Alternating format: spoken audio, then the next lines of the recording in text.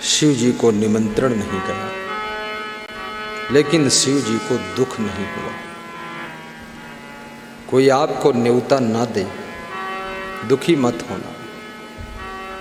मन में ये सोचना, चलो ठीक है, इनके झंझट से भी बच गए, क्योंकि बहुत रिश्तों को निभाना भी कठिन होता है। बुलाया ही नहीं है।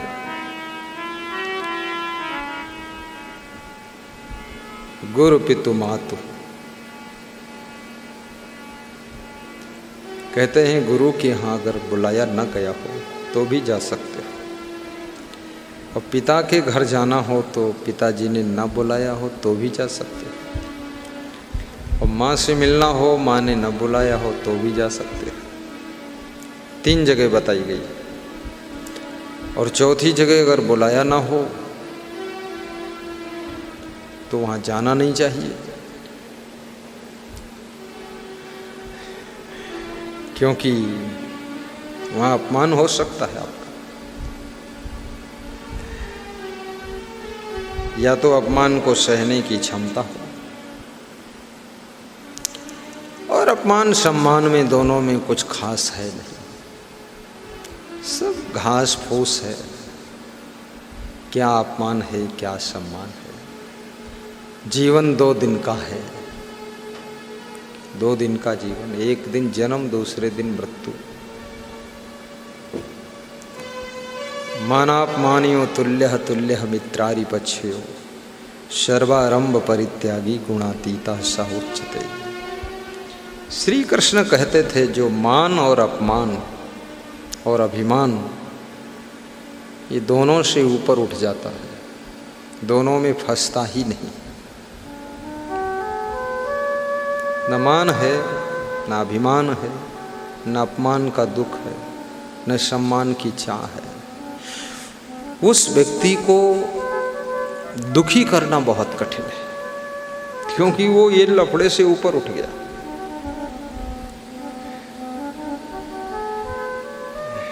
एक संत सम्मेलन था, वहाँ बहुत संत बैठे थे, मैं भी गया था।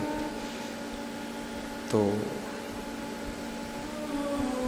50-60 महात्मा था तो वहाँ 200-250 महात्मा, लेकिन बाकी गिनती में नहीं था वो सब, और 50-60 गिनती वाला था।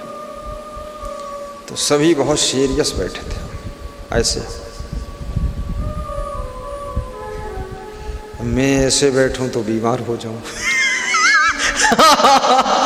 तो मैं सबका मुंह देख देख कर हंसता था ऐसे, उधर देखो इधर देखो, हंसी आती थी।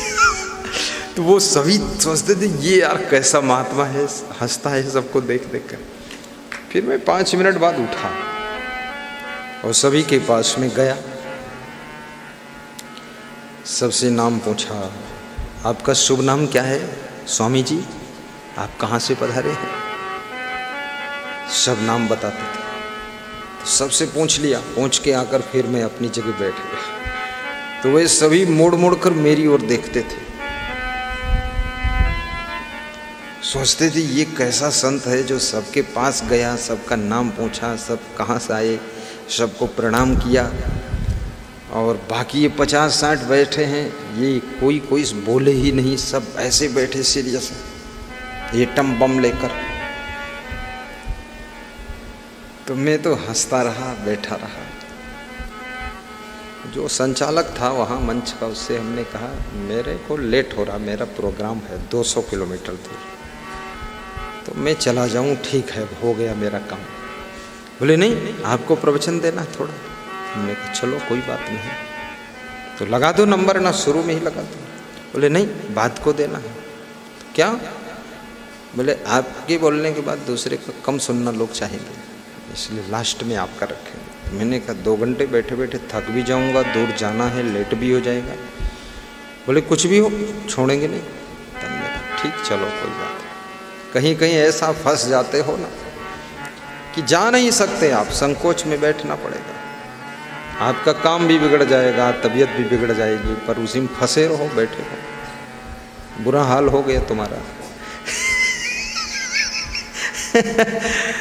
अब जा भी नहीं सकते, क्योंकि इतनी सभा में निकलो अगर तो लगेगा कि उदंड आदमी है, समझता नहीं है, संकोच लग जाता है। बैठे रहे, लास्ट में नंबर आया, सुना दिया, सुना के अपन चले आए। बाद को लोग हमको ढूंढ रहे थे, वो जितने श्रोता थे 10,000, वो बोली वो महात्मा कहाँ गए जो लास्ट में बोले थे, पगड़ी बांधे थे, हंसते थे, उसको ढूंढ रहा हूँ, उसको प्रोग्राम कराना हमको है, हमें ले जाना है उनको जबलपुर तरफ। अरे बोले वो तो तुरंत चले गए। अरे बोले उसका नंबर भी नहीं ले पाए, हम तो बड़ा गड़बड़ हो गया, कैसे मिलेगा नंबर। तो जब गाड़ी मेरी निकल रही थी तो बिहार वाले दौड़ करके 10-15 लोग मेरी गाड़ी को घास लिए और बोले खींचो गाड़ी खींचो, पीछे चले जाएंगे भाई। अरे भैया नंबर दे दो अपना, बाबा जी नंबर दे दो, मैं प्रोग्राम जरूर करूँ, गाड़ी के आगे लेट जाऊँगा, टायर चढ़ा दो मेरे ऊपर, लेकिन जाने नहीं दो। तो हमने कही देर हो रही बाबा जी। बोले नहीं नहीं नहीं नहीं, नंबर दो नंबर दो। नंबर दिया। बोले हम तो बहुत दिन से ढूंढ रहे थे, टीवी में देख रहे थे, तो अचानक मिल गया। जीत आप मान सम्मान से भी ऊपर उठो, अभिमान भी मत करो और खुश भी रहो।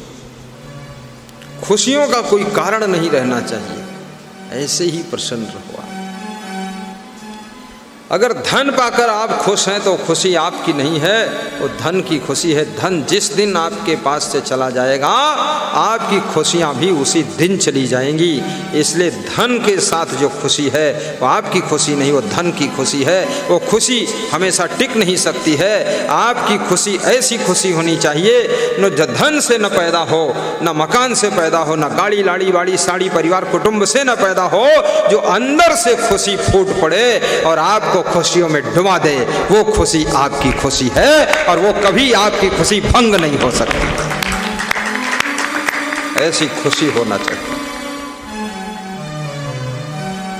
खुश रहो। यहां से जाओ अपने घर पर खुश रहो, दुकान पर बैठकर खुश रहो, तो एक घटना घट जाएगी, लोग आपको कहेंगे कुछ पागल हो गया, हर समय खिसे का लगा था। और तुम उनको समझा तो पागल पहले था, अब ठीक हो गया हूँ। पहले पागल था, सब माया के पीछे पागल था, दुनियादारी के पीछे पागल था, इसलिए खुशी नहीं होती थी। अब खुश रहते हैं। और इस संसार में कितना ही तुम दुखी रहो, टेंशन में रहो, चिंता में रहो, तनाव में रहो, गुस्सा में रहो, क्रोध में रहो, उलझे रहो, असंतुलित रहो, बैलेंस बिगाड़ लो, रोगी बने रहो, रोगी भोगी दुखी सब बने रहो, कोई दुनिया को तुमसे कोई मतलब नहीं। बर्बाद होंगे तो आप बर्बाद होंगे और सुखी होंगे तो आप सुखी होंगे, दुखी होंगे तो आप दुखी होंगे। इसलिए कृपया इस दुनिया से इतना प्रभावित मत होइए कि अपनी खुशियों को आप बर्बाद न करिए। आप अपनी खुशियों को बचाइए, स्वास्थ्य को बचाइए, व्यायाम कीजिए, विश्राम भी कीजिए, मेहनत भी कीजिए, गुरु की रहमत भी लीजिए, उन्नति भी कीजिए, विकास भी कीजिए, और जो भी विकास हुआ है उसमें संतोष भी कीजिए और कल से फिर विकास कीजिए। जिंदगी भर विकास करो और जिंदगी भर संतोष करो और खुशियों से जिंदगी को भर कर रखो। यही जिंदगी जीने की कला है। जय। बहुत अच्छा।